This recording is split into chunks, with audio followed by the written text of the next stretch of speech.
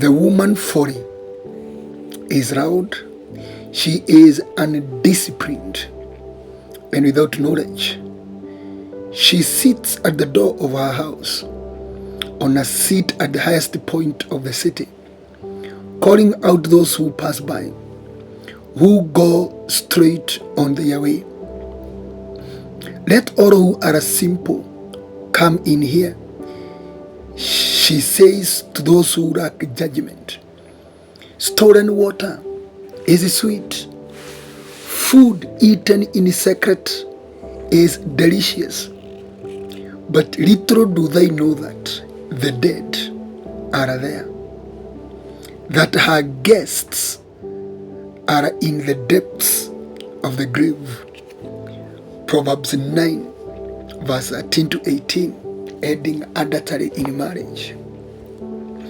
Look at this woman. Solomon calls her undisciplined, and she's called folly. Why do we need to avoid adultery at all the costs?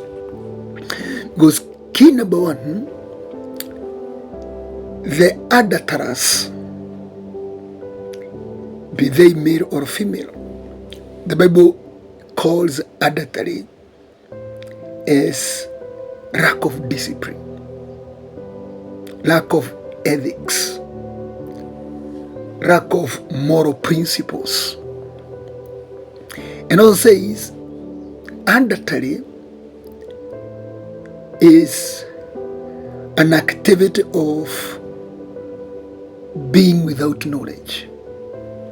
So it means somebody who is committing adultery and you are learned, but you commit adultery. That act of adultery makes you to be one without knowledge. And that's why you notice you can be very learned, but your education is not helping you. Because adultery, it turns your knowledge into foolishness. And I keep on telling you, go and do your own research, and you will discover, even if you are learned, but you are adulterous, your knowledge, your education, your skills, they don't help you in life. So those are two things. Adultery makes you to be somebody without discipline, an unruly person. As you notice, many people who are adulterers, they struggle very much in obeying the authorities or submitting to an authority. And an adulteress or adulterous person, they struggle very much in applying the knowledge and the skill they possess. Can you consider something else here? She sits at the door of her house. And you know what it means, the door of her house. On a seat at the highest point of the city, calling out to those who pass by, who go straight on their way. Did you get that? So adultery is an activity that it disrupts your flow of life. Who goes straight on their way? So adultery diverts you. So you are going straight on your way, on your destiny, pursuing your life, and then the adultery comes in. It takes you out of your way. That's why you notice many men, they were doing quite very well, being supported by your wife. You are doing very well until you went out of your wedlock. Right now, if somebody would ask you, where are you heading to? You can't clearly state. Because adultery is a diversion out of your way. This is when you realize you start pursuing things that are not in line with your true self. She says, let all who are simple come in here. So adultery is actually the one that is used to reveal or expose how weak you are, how simple you are, how unprincipled you are. She says to those who lack judgment. So when adultery is being applied in a person, it shows that this person is indecisive, because adultery is an activity that shows that you don't have the power of decision making and making firm choices, because adultery is done by someone who lacks judgment. By the way, somebody with the spirit of adultery, they don't know how to say no. Their no is always meaning yes. Even if they say, I do not want to do that, but inside their system, they are yearning for that. Stolen water is sweet. Food eaten in secret is delicious. So adultery is an activity of stealing. Stolen water is sweet, and you know which that water is. That mucus, that fluid, you call it honey or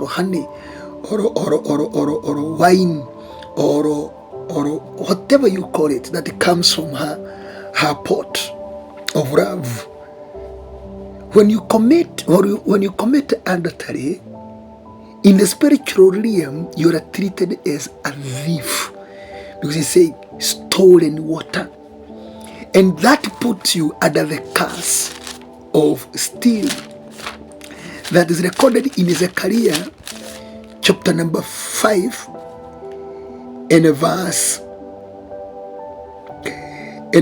4. The Lord Almighty declares, I will send it out, and it will enter the house of the thief, and the house of him who swears falsely by my name. It will remain in his house and destroy it, both its timbers and its stones. That's why you know these people who commit adultery, their bones becomes very weak and their flesh becomes sickly. Why? Stolen water. So when you commit adultery, it means you are stealing the water of another man. So you enter into the bracket of a thief. And you know what the curse of a thief is in Proverbs 6 verse 30. Many do not despise a thief if he steals, to satisfy his hunger. Now this is sexual hunger. When he is starving, you are in sexual dryness or whatever. Yet if he is caught, he must pay sevenfold, though it costs him all the wealth of his house. So when you steal the water through adultery, you now enter into the curse of a thief, and it will cost you all of your wealth, all the wealth of your house, and your body is your house. So every good content inside you, it is taken away through adultery. And he continues to say, food eaten in secret is delicious. And you know, when we speak of food, you go now to Esau. He lost his birthright and his inheritance through a morsel, through that food he was given of lentils he was given by his brother Jacob. So when you now eat, yes, he's saying food eaten in secret place is delicious. Look at the cost. If you're given food that is not yours, that food comes at a cost. And through the principle of food, we go to Esau. So when you eat this food, because this is a meat belonging to another man, you lose your birthright, identity, and inheritance, like Esau. That is why Hebrews 12 says, do not be sexually immoral and godless like Esau. And then he says, but little do they know that the dead are there. So adultery causes death. That our guests are in the depths of the grave. It connects you with Sheol. So the moment you commit adultery, straight you start operating from Sheol, from hen days. Just imagine.